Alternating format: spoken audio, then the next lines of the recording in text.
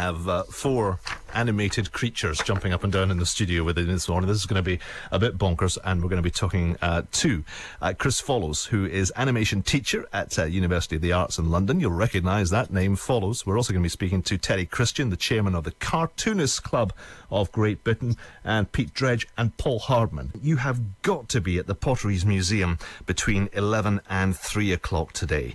Why? Well, I'm joined by Chris Follows, animation teacher at the University of the Arts in London, and with that surname you'll also know his late father, Dave Follows, the best known cartoonist from the area. Good morning, sir. You're a blooming jinx to me. Well, you came into the office to chat to me yesterday. What happened? I woke up the stairs. Don't think management know yet. Bumped straight into all these different paintings and drawings that are on the walls, smashing all the way down the stairs. I thought, I need to get him out as quickly as possible. Where do we start with this? We'll talk about the specifics of today's event shortly, but tell me what makes a good cartoonist. Define that individual. Well, I can only speak from my perspective of my father, just sort of observing him as a cartoonist as I grew up. And I guess putting the exhibition together, it gave me a bit of insight into what people think is a sort of winning combination almost. And especially from my dad's perspective, I think his winning combination was being able to put the gag and being able to obviously... It was a good gag cartoonist, and being able to do the drawing as well, and pulling those two together, along with actually being able to get the situation and the observational side as well. And he seemed to have everything all in one, basically. And obviously with the Me and My Ladies, he's got the dialect as well, and that was a look at like an added sort of a bit to the recipe, really. You're teaching the next generation of animators. What type of people are coming through the door? There's some really fascinating, the sort of young people I'm teaching around, sort of 19, 20-year-olds, are really up for experimenting with all sorts of animation, and they're just constantly sort of surprising me with the kinds of animations they're doing, really. Terry Christian is the chairman of the Cartoonists Club of Great Britain. I just think that's just such a wonderful title. It's quaint, isn't it? It's lovely. Well, I don't know if it's quaint. I just think it's fun, and so many of us are grown up and doing sensible things. Not that I ever have, but cartoonery. You've all got smiles on your faces this morning. Is it a serious business? Is it? Yes. I'm going to put up all your microphones because I just know that we're heading for kind of potential bedlam here this morning. We're also joined by Paul Hardman, Pete Dredge, and interesting to talk first of all about Dave, if we can, Dave Follows. Most of the reasons that you're here, Terry, is in respect of him, to see the My Lady exhibition, to speak to the man. How revered was he in his time? Yeah, he was what we call a natural cartoonist. He was good with the one-liners, Dave, and he liked being around us guys. We all met through the Cartoonist Club, and every time we met, several times a year, we'd sort of regale the good times. And good old club, it's been going for nearly 50 years now, so it started in Fleet Street, which was the centre of all publications. And so political cartoonists were the ones that came to prominence? It's probably the gag cartoonists started it, really, because there were plenty of magazines in the old days where you could get yourself published, and that's where the club started, really. I see you as, get ready for this, here we go, put you in a box, and we'll talk to Pete and Paul about this, as solitary beings, beavering away under a green light, pacing the floor, looking for ideas. You've got different editors coming to you, say, with different... I'm getting a nod in the positive, haven't I? It's absolutely correct. And checking the clock for yet another deadline. How can... I've got it. Yeah, is that it? Absolutely. Yeah. And is that what you thrive on? Is it that creativity that drives you? I'm going to show him. There's another one in the bin. I'm going to show him. Yeah. There's not many people who can work in solitary confinement, as it were. And a lot of people, you either enjoy working alone or you need the company of others. It's like writing, really, isn't it? Writing. And you get into a sort of a trance. It gets to the point where very often happens to me, and the other fellows will nod at this, I'm sure.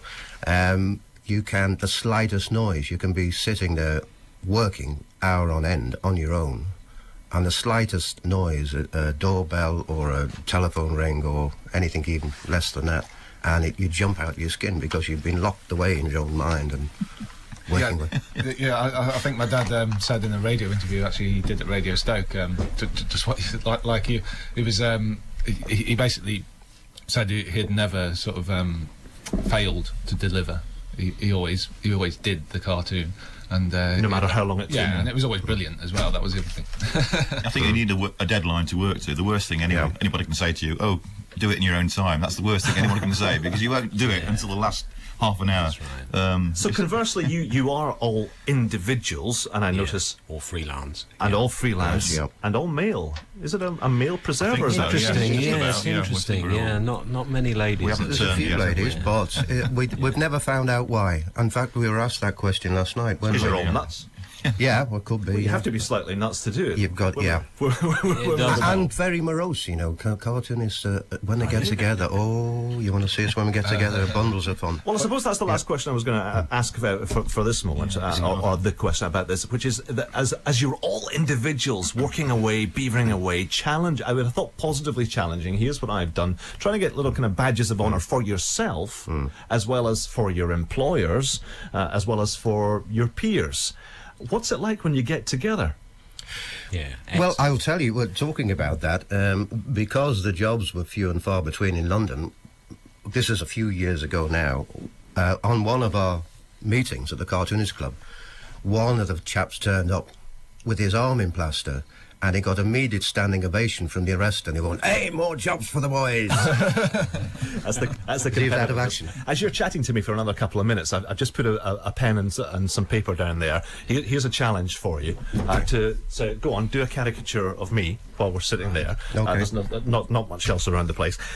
Today, let's talk about today. The enthusiasm. You guys are all together, and it is because one of the biggest meetings of cartoonists in the area. So if folk are listening to BBC Radio Stoke this morning, and spookily enough they are, and they have any interest, whether it's someone that's 6, 7, 10, 15, 20, 25, 40, 50, there's no age to this, what are they going to get at the museum today? What opportunities with all these skilled hands that aren't even picking up a pen and doing anything yet? No, I'm trying to find one. Yeah, right. They're basically going to have around 20 cartoonists all in one room, which is a feat in itself. And they're all going to be drawing. People will be able to come up and ask questions and actually watch them draw, which would be fantastic. We've got Roger Bowles walking around, who's a very sort of famous and very talented caricaturist. And he's just going to be doing these He's going to, so you can come down and get a people. fantastic caricature of yourself or your friends. And we've also got Andy Gilbert, who was trained by my dad, because they I've got a small nose. Carry on. a few of these guys. Forget the glasses. Brilliant. Full head of hair. Keep going. Had the College of Cartoon Art, where they actually brought people through and became cartoonists, and a lot of them practicing cartoonists. And Andy Gilbert's one of those today that's going to be doing a workshop in the exhibition, showing people how to draw. Look at the competitiveness. As we're great, talking, they've got 3 individuals here. They're all different. The drawing, obviously there's a big microphone right in front of my nose. I'll emphasise again, leave the nose out, guys. Because caricature... That's the only thing I can see. You do have to highlight, the worst thing to say is leave the nose out, guys. I mean, red rag to a bull. Okay.